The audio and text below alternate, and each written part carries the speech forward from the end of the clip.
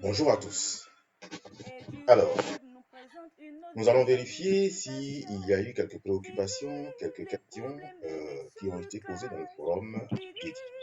L'usage compulsif et sans intérêt des réseaux sociaux. Bien. Nous remarquons que quelqu'un a déposé une question.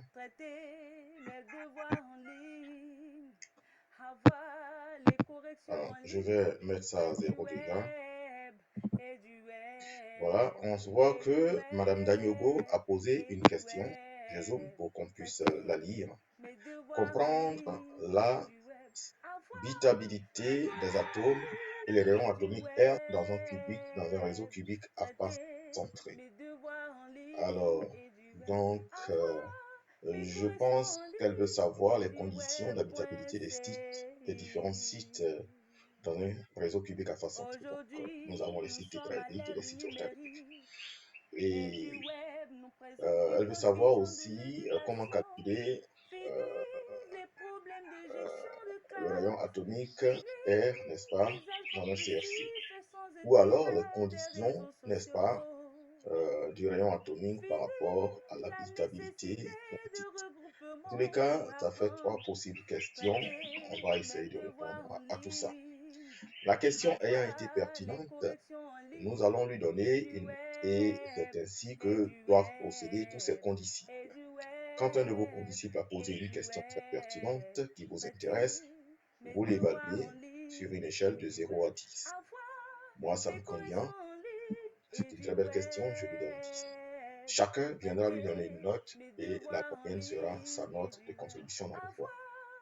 Si personne n'a contribué, cette note 10 sera considérée, prise en compte dans le bonus à dédier à Madame Danyoko, puisque l'objectif est de vous encourager, n'est-ce pas, à intervenir dans le forum, de sorte à rendre, n'est-ce pas, réaliste, n'est-ce pas, le socio-constructivisme, concept sur lequel se base notre pédagogie. Eh bien, et si un des condisciples donne une réponse aussi, vous pouvez évaluer selon votre taux de satisfaction. Merci.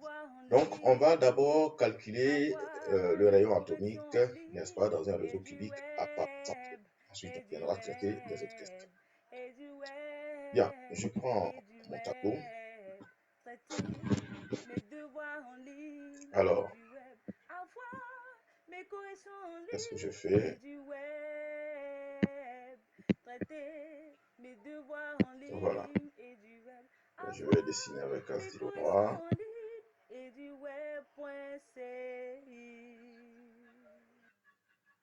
Aujourd'hui, nous sommes à l'ère du numérique. Donc, un réseau cubique à face centrée. Une autre vision de l'éducation. Fini les problèmes de gestion de Dessine, n'est-ce pas, l'usage compulsif les différentes faces visibles des réseaux sociaux. selon la perspective Fini de notre position. la nécessité de regroupement pour apprendre, traiter mes devoirs en ligne. Les faces non visibles seront mises en pointillés. Voilà. Alors, je vais mettre en valeur davantage, n'est-ce pas, les faces visibles selon notre position. Mes devoirs en ligne et du web. Avoir mes corrections en ligne et du web.ci. Aujourd'hui, nous sommes à l'ère du numérique et du web nous présente une autre vision de l'éducation. Alors, puisque c'est un réseau cubique à face centrée, on va dessiner donc les atomes sur les différents sites. D'abord, tous les sommets sont occupés par un atome. On va les matérialiser par leur centre. La nécessité de regroupement pour apprendre, traiter. Voilà, les centres de ces atomes coïncident avec les sommets du cube. Voilà, je dessine juste les faces visibles. Ce qui est à l'intérieur, n'est-ce pas, de l'autre côté, je ne peux pas les dessiner au risque de faire plein de confusion. Je ne veux pas que je ne peux pas, mais je ne veux pas. Alors, donc, les centres de face sont occupés, donc cette face-ci le centre occupé. Cette face bien définie en carré là, centre occupé. Cette face au-dessus, le centre occupé. Aujourd'hui, nous sommes à l'ère du numérique. Nous avons représenté là, n'est-ce pas, nous avons représenté là, n'est-ce pas, le centre des faces. Alors, nous allons représenter en perspective, n'est-ce pas, une face au cube. Prenons donc la face qui nous fait face. Voilà, la face qui nous fait face. C'est pareil, hein, les faces sont pareilles. On comprend donc cette face-là.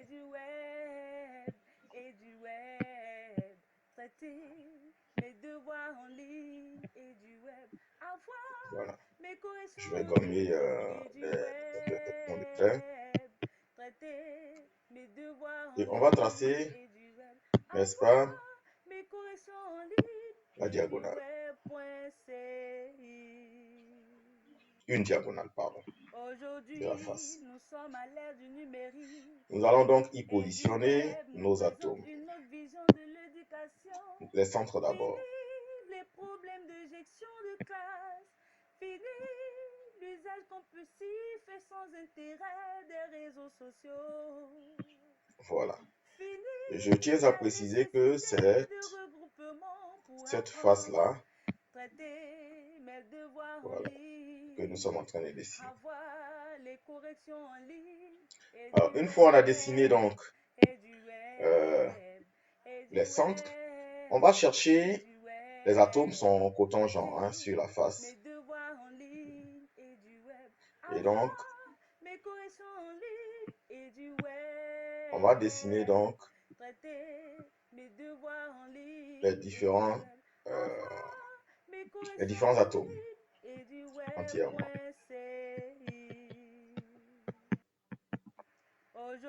Voilà, ça c'est un atome.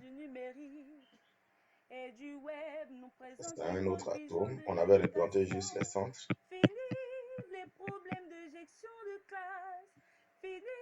Et ça, c'en est un autre.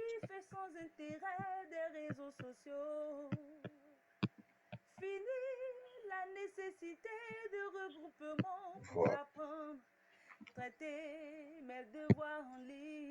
Bien.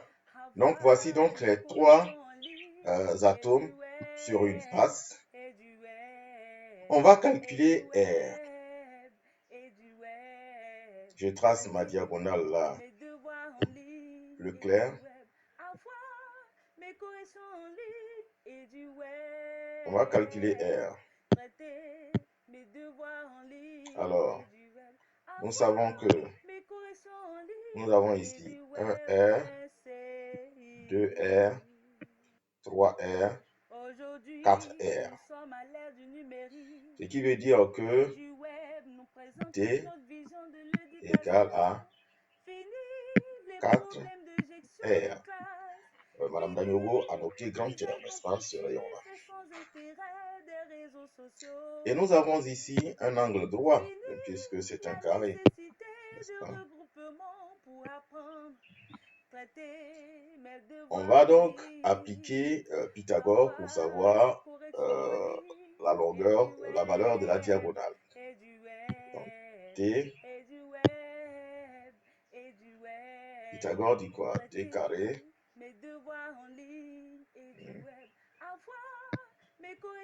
Et ça, nous savons aussi que la valeur, n'est-ce pas, de l'arête ici, c'est A.